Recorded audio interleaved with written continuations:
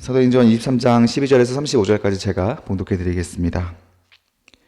날이 새매 유대인들이 당을 지어 맹세하되 바울을 죽이기 전에는 먹지도 아니하고 마시지도 아니하겠다 하고 이같이 동맹한 자가 40여 명이라.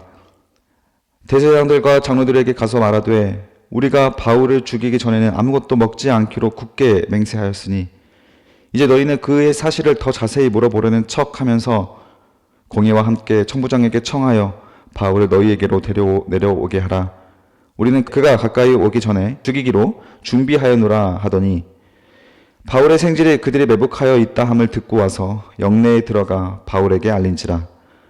바울이 한 백부장을 청하여 이르되 이 청년을 천부장에게로 인도하라. 그에게 무슨 할 말이 있다 하니 천부장에게로 데리고 가서 이르되 죄수 바울이 나를 불러 이 청년이 당신께 할 말이 있다 하여 데리고 가기를 청하더이다 하매 천부장이 그의 손을 잡고 물러가서 조용히 묻되 내게 할 말이 무엇이냐 대답하되 유대인들이 공모하기를 그들이 바울에 대하여 더 자세한 것을 묻기 위함이라 하고 내일 그를 데리고 공회로 내려오기를 당신께 청하고자 하였으니 당신은 그들의 청함을 따르지 마옵소서.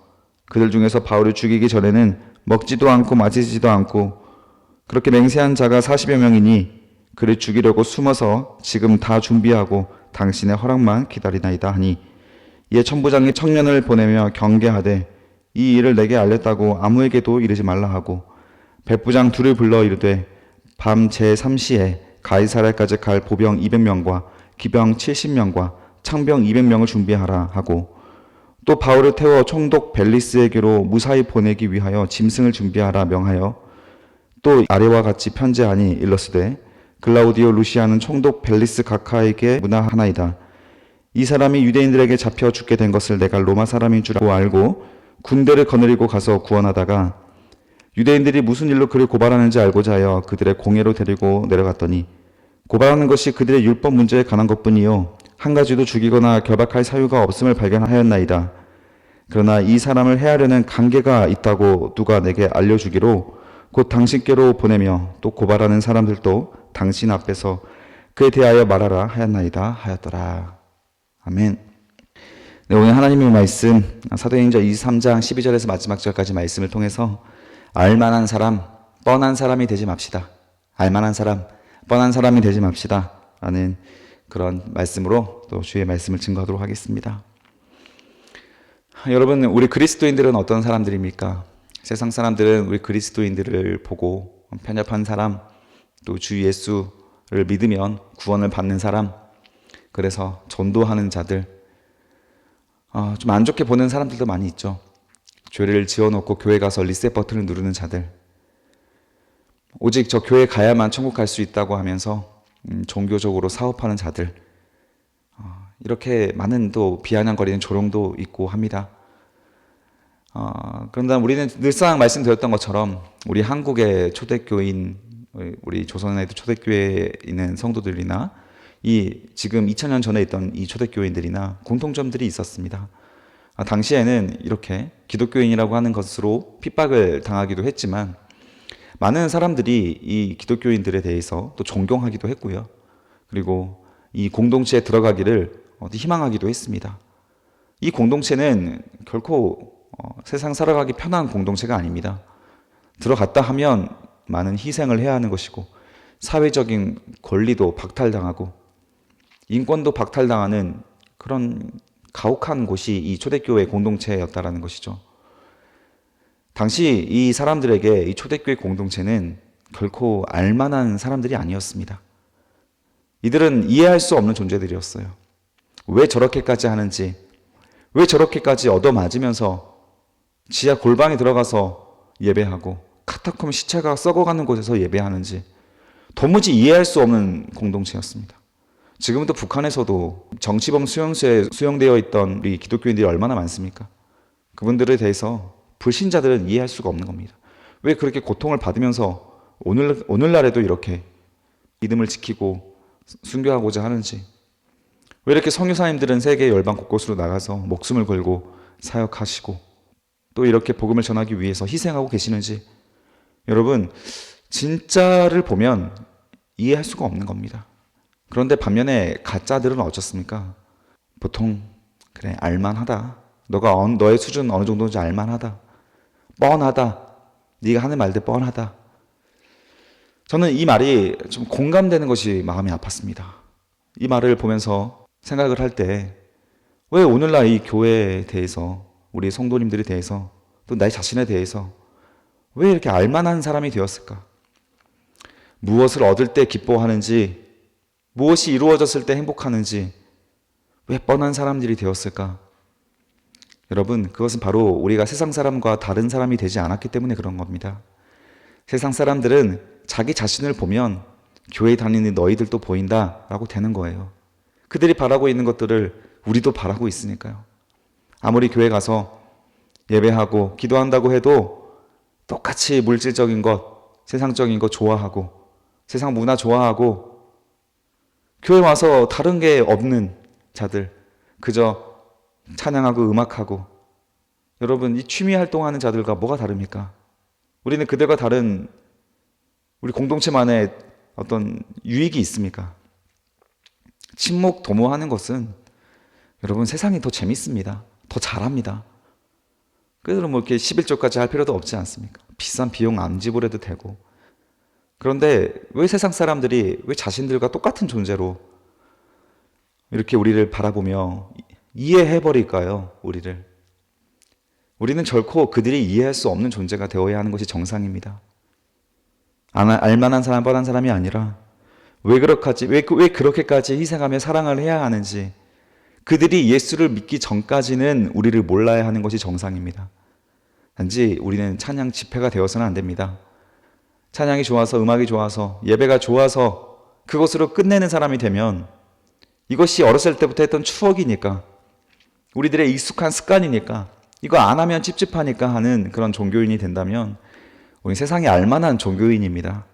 그들은 복 받기 위해서 저 교회 다니는 것이지, 세상이 잘 풀리기 위해서 다니는 것이고, 마음이 유약하니까 믿을 만한 것이 필요해서 저 신에게 가서 헌금하고 봉사하고 예배하는 것이지, 다른 불교나 무슬림과 전혀 차이점을 두지 못하고 그저 예수의 이름이 다를 뿐이고, 부처의 이름이 다를 뿐이고, 알라의 이름, 무하마드의 이름이 다를 뿐이고, 성모 마리아의 이름이 다를 뿐. 저들의 교회가 가지고 있는 특징은 세상 사람들이 그 어떠한 것도 힘있게 바라보지 못하고 전혀 위협이 되지 못하는 존재들. 가끔 이 기독교인들이 당을 지어서 정치적인 세력을 움직이고 세력을 위협하고 그런 일들이 최근에도 많이 있었습니다. 지금도 일어나고 있고요. 기독교 단체에게 꼭 우리 선거철이 되면 대통령이 방문하지 않습니까? 명성교회나 사랑의 교회나 소망교회 방문해서 꼭 같이 예배 드리지 않습니까? 기독교인들이 뭉쳐 있으니까, 몇만 명이 모여 있으니까 그 표가 얼마나 강력한 힘을 행사하겠습니까?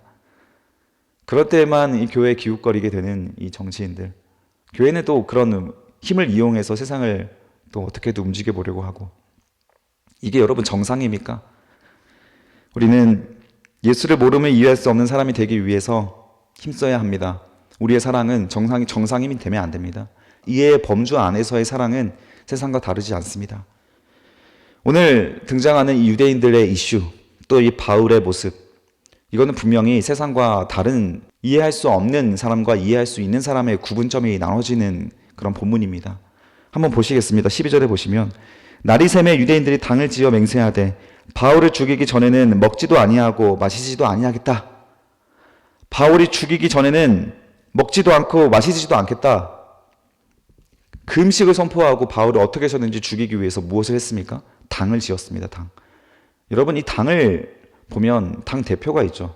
그저 당을 짓지 않습니다. 이 당 대표가 누구겠습니까? 13절에 보니까 이같이 동맹한 자가 40여 명인데 40명의 대표는 분명히 14절에 보면 대제사장들과 장로들에게 가서 말하되 우리가 바울을 죽이기 전에는 아무것도 먹지 않기로 굳게 맹세했습니다. 분명히 이 대제사장 아나니아 있지 않습니까? 지난 시간에 살펴봤던 것처럼 이 자는 그 로마의 뇌물을 주고 대제사장직을 얻은 사람입니다. 절대 하나님에 대한 신앙을 가진 자가 아니고, 그 바울이 공회에서 지금 잡혀와서 재판을 받을 때 말 한마디 했다가 그 말이 진위 여부를 떠나서 일단은 바울의 입을 쳐라 라고 말하면 바울이 발언하지 못하게 막는 것이죠. 그런 사람이 바로 대제사장이었고, 바울이 지적하지 않습니까? 율법을 어기면서 왜 율법대로 날 치려고 하느냐.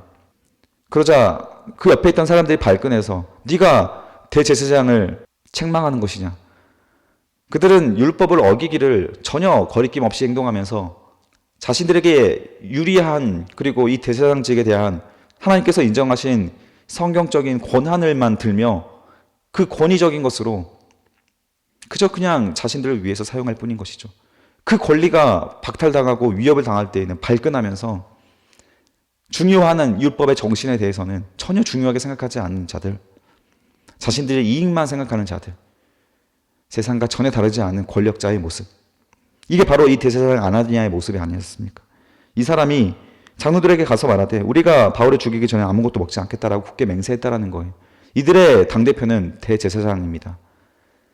당시에 율법의 가장 최고의 권위를 가진 자들, 그 누구보다 율법을 정통하고 율법을 잘 알고 있고 순종하고자 백성들을 가르쳐야 할 이 대제사장이 이 40여 명의 바울 암살단에 불법적인 당을 만들어서 어떻게 해서든지 수단과 방법을 가리지 않고 자신들의 목적과 이익만을 위하여서 움직일 수 있는 그런 사람의 수장이 되는 것이 바로 이 유대 교인들이었다는 것이죠.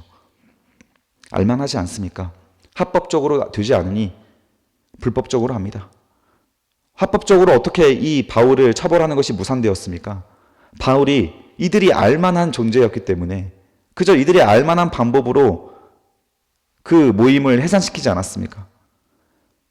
바리새인과 사두개인이 모일 때 바리새인들을 향하여서 여러분 나는 부활과 영을 믿는 것으로 여기에서 지금 고난을 당하고 있는 중입니다. 그랬더니 바리새인과 사두개인이 이 바울을 죽이려고 공회에 데려왔지만 공회에서 의도하고 있지만 바울의 그 한마디 때문에 바리새인과 사두개인이 갈라서지 않습니까? 바리새인들은 부활을 믿는 존재, 사두개인들은 부활을 안 믿는 존재. 그랬더니 바울이 부활을 믿는다고 하니까 바리새인들이 발끈해가지고 이 바울에게 죄가 없다. 뒤늦게. 대체 이들은 뭐 하고 있는 겁니까? 이들은 무엇을 위해서 종교생활을 하는 것입니까? 소신도 없고 중심도 없고 율법도 없고 그러니까 바울이 알만하지 않습니까? 이들 존재에 대해서.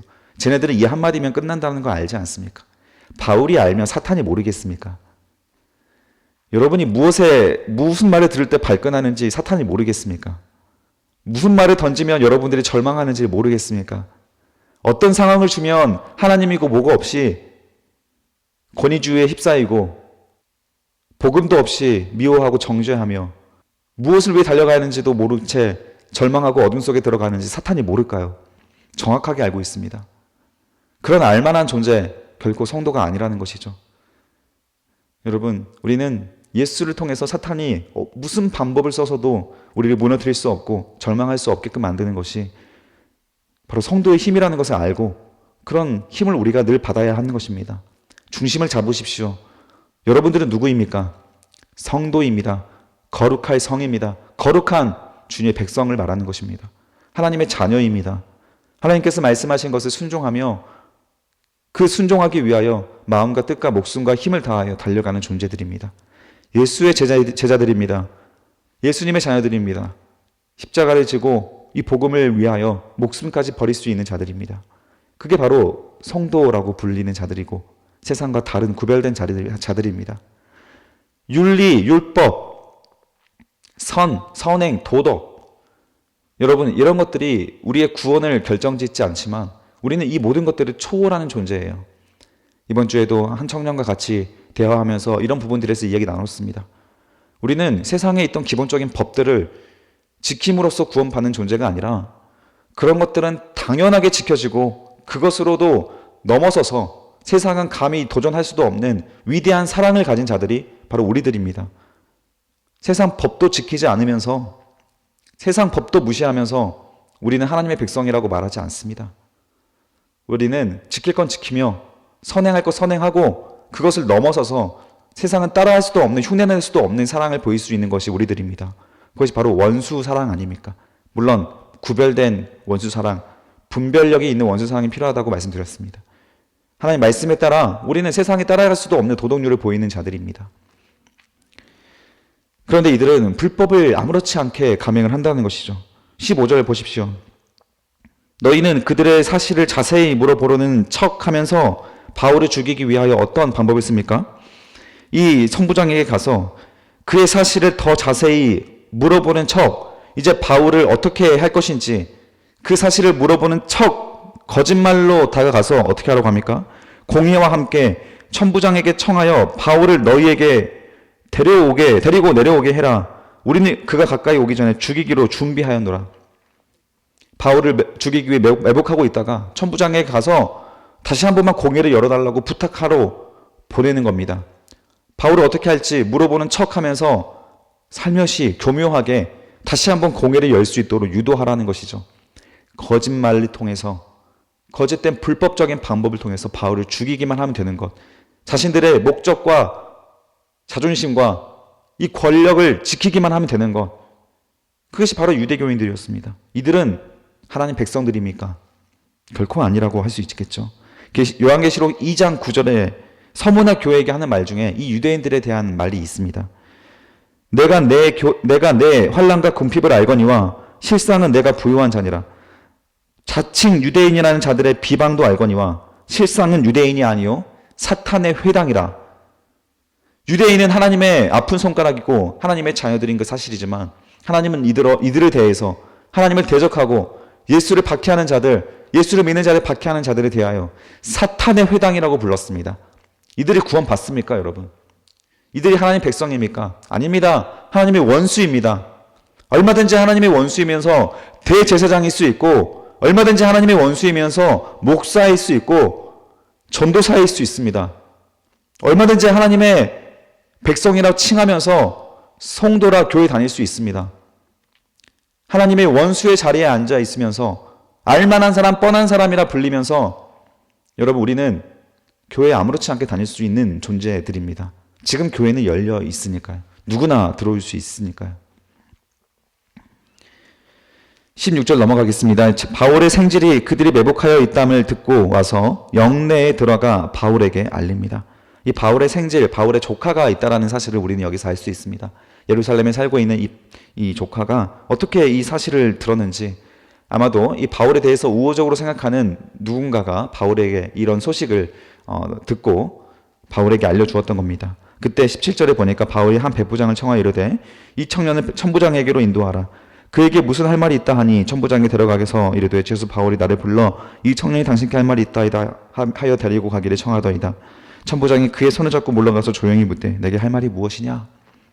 이 바울의 생질을 바울이 보내서 이러한 사실이 있다는 것을 좀 알려주게 하고 이들이 나를 암살하지 못하도록 나를 좀 보호해 주십시오.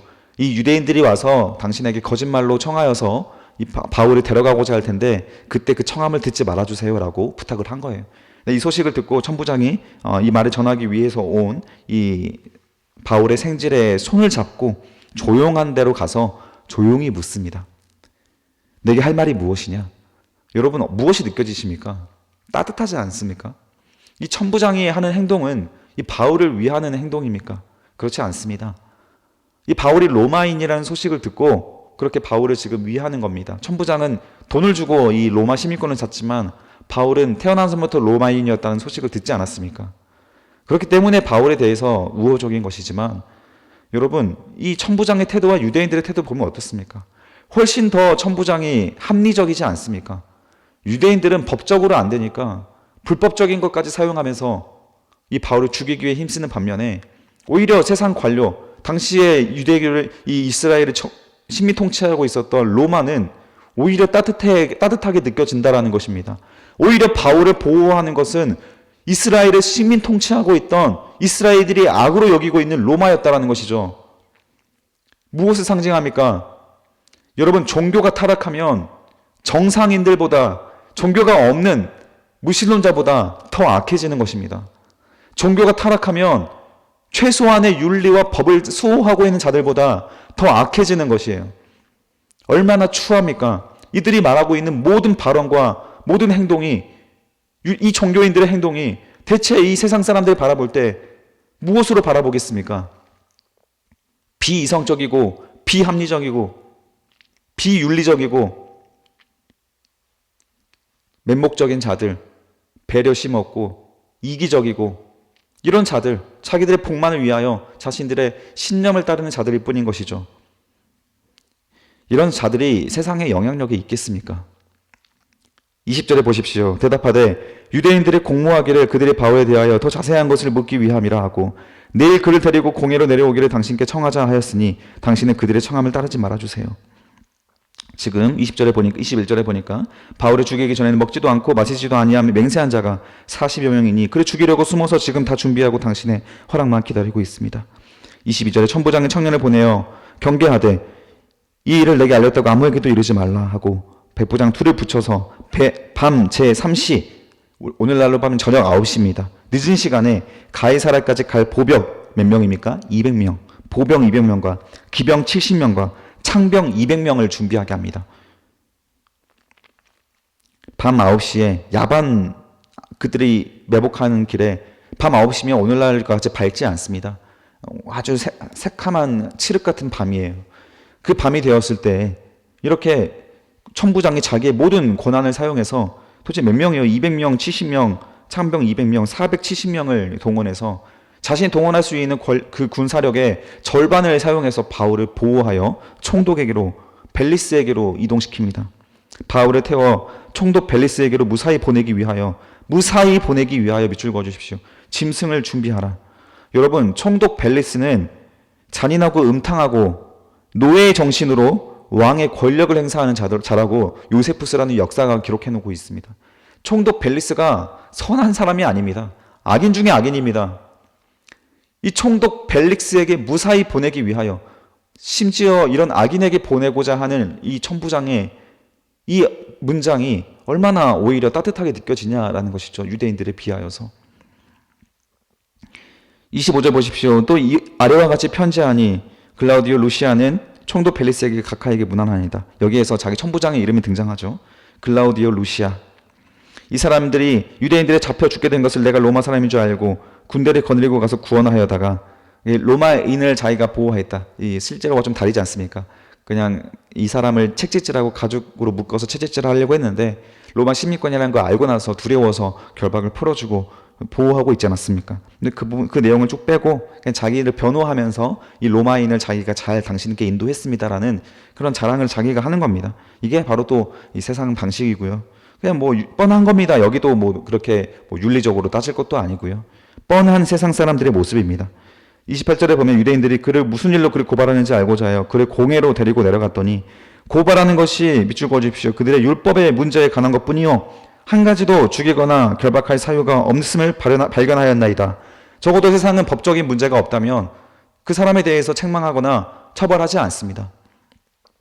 그래서 단지 율법적인 문제구나 알아서 해결하도록 그냥 내버려 두고 있다가 이 사람들이 너무 과하게 암살하려고 하는 그런 불법적인 그런 관계가 있다는 소식을 듣고 30절에 보니까 이 사람을 헤아리는 관계가 있다고 누가 내게 알려주기로 곧 당신께 보내며 또 고발하는 사람들도 당신 앞에서 그에 대하여 말하라 하였나이다.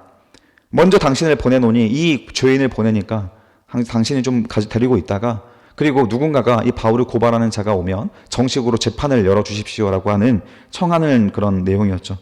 그래서 보병이 명을 받은 대로 밤에 바울을 데리고 안데바드리에 이르렀습니다. 이 예루살렘 가서 안데바드리까지 56km의 거리라고 합니다. 이 군사 470명을 거느려서 밤 9시에 56km의 거리를 걸으려면 여러분 하루 왼종일 걸립니다. 그 다음날 날 새고 한참은 걸어가는 강행군이에요. 이 바울 한 사람을 보호하기 위해서 470명이 동원되었다는 겁니다. 당연히 이 바울을 암살하기 위해서 준비된 40명이 힘을 못 쓰지 않겠습니까? 이튿날 기병으로 바울을 호송하게 하고 영내로 들어가니라.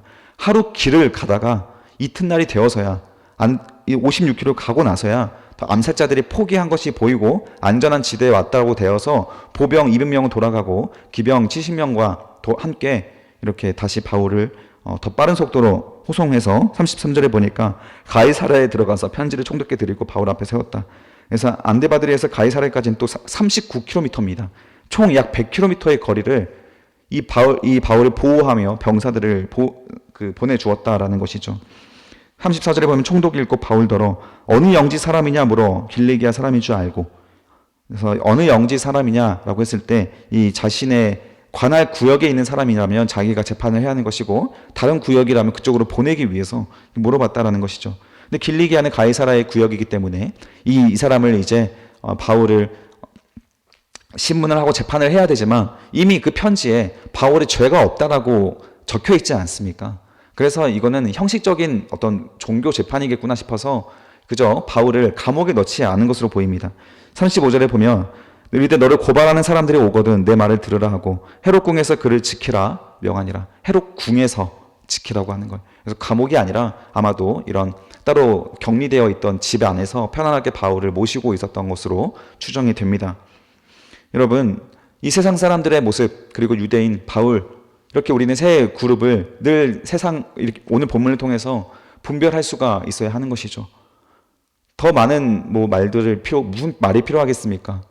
바울은 정직하게 주님을 위하여서 주님의 길을 걸어가고 있는 중에 어떠한 핍박이 있더라도 이 길을 외면하지 않은 것이고 자기의 죽음의 위협까지도 그 자리까지도 복음을 전하는 자리로 사용하는 자로서 어떻게 해서든지 하나님의 도우심을 받아 지금 주님의 길을 걸어가고 있는 중이죠. 예루살렘에서도 하나님께서 나타나셔서 바울의 곁에 서서 외롭지 않게끔 늘 함께하여 주시고 네가 로마까지 가야 해서 복음을 증거해야 하리라라는 하나님의 따뜻한 음성을 들어야 하지만 유대교인들에게는 누가 있습니까? 유대교인들에게는 누가 함께합니까? 늘 공모하고 관계를 세우는 자들, 불법한 자들이 함께하지 않습니까? 여러분, 누가 존경받는 자들입니까? 누가 승리자들입니까?